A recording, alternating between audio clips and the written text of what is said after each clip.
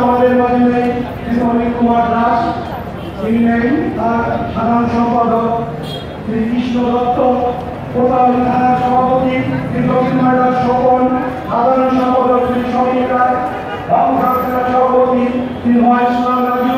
সাধারণ সম্পাদক শ্রী সরকার তপু,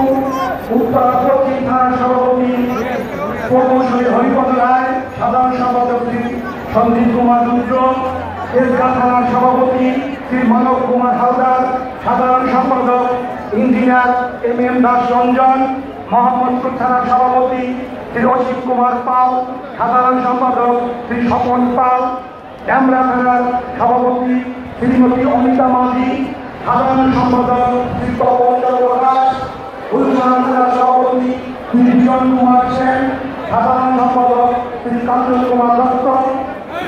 থানার সভাপতি শ্রী রবীন্দ্র মুখার্জি।